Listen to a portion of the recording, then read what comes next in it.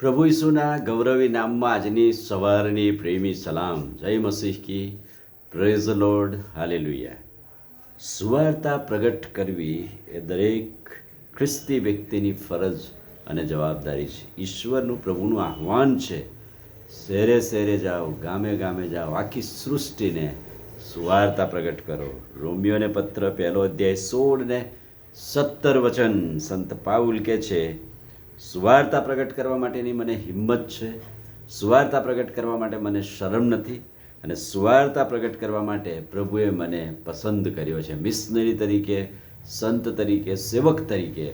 અને હું કે છે કે વણખેરાયેલા વિસ્તારોમાં પહોંચીને વિદેશીઓને સારું પસંદ કરાયેલું પાત્ર બનું છું. એટલે સુવાર્તા પ્રગટ કરવાની હિંમત અને આવશ્યકતા છે.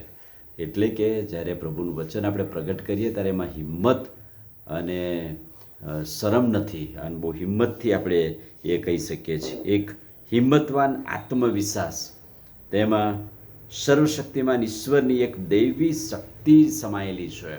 આપણે પોતે બોલતા નથી, પણ પવિત્ર આત્માના સામર્થ્યમાં દૈવી શક્તિ છે, એ આપણા માટે બોલે છે.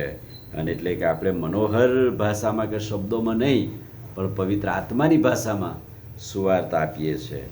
અને ઈશ્વરે હેતુ આપેલો છે કે પૃથ્વીના પેટાળમાં વસતી તમામ વ્યક્તિ લોકો સુધી, વિશ્વાસ કરનાર દરેક સુધી એ પહોંચે. એ યહૂદી હોય કે ગ્રીક હોય, અને શમરૂની હોય, ઉચ્ચ કોટીના હોય કે નીચ કોટીના હોય, કોઈ પણ જ્ઞાતિ કે પ્રજા સુધી સુવાર્તાના કામ પહોંચવા જોઈએ. એ સુવાર્તાનો હેતુ છે, સ્થગિત એક જ જગ્યાએ નથી. અને એટલે પ્રભુએ શિષ્યોને સૂચન આપેલું, આહ્વાન આપેલું, આખા વિશ્વ અને આખા જગતમાં જઈને દેવનું વચન પ્રગટ કરો.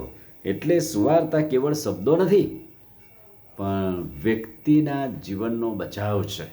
કેવળ માનવીય મનોહર ભાષામાં આચ્છાદન કરી દઈએ, બધાને છક કરી દઈએ એવું નહીં, પણ એનાથી સામેની વ્યક્તિનું ભલું અને કલ્યાણ થાય છે. પાપીઓને બચાવવાની જે ગતિશીલતા છે, એ સુવાર્તા દ્વારા વ્યક્તિગત દરેક વિશ્વાસ કરનાર માટે પહોંચે છે. જે કોઈ વ્યક્તિગત રીતે પ્રભુ પર ભરોસો કરે છે, વિશ્વાસ કરે છે, ન્યાયી વિશ્વાસથી જીવશે, એમ પ્રભુનું વચન કહે છે.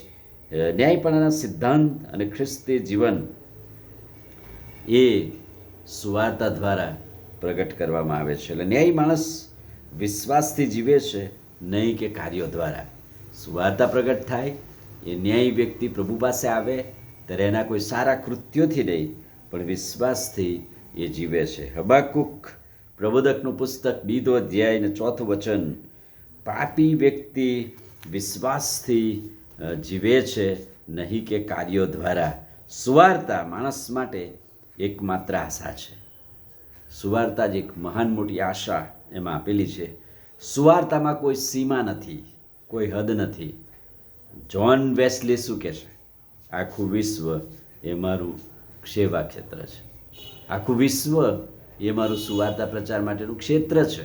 કોઈ પણ જગ્યા, કોઈ પણ ભાષા, કોઈ પણ વ્યક્તિ, કોઈ પણ વિસ્તારમાં હું દેવનું વચન, સુવાર્તા પ્રગટ કરી શકું છું. અને એટલે સંત પાઉલની સાથે આપણે સંમત થઈએ.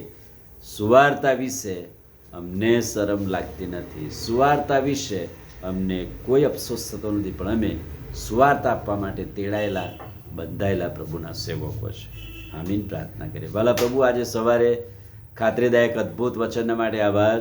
વચનના પ્રકાશમાં અમને દોરો, અમને તમારું સામર્થ્ય આપો. પ્રભુ ઈસુના નામમાં માંગીએ છીએ, સાંભળો ને માન્ય કરો. આમીન. God bless you.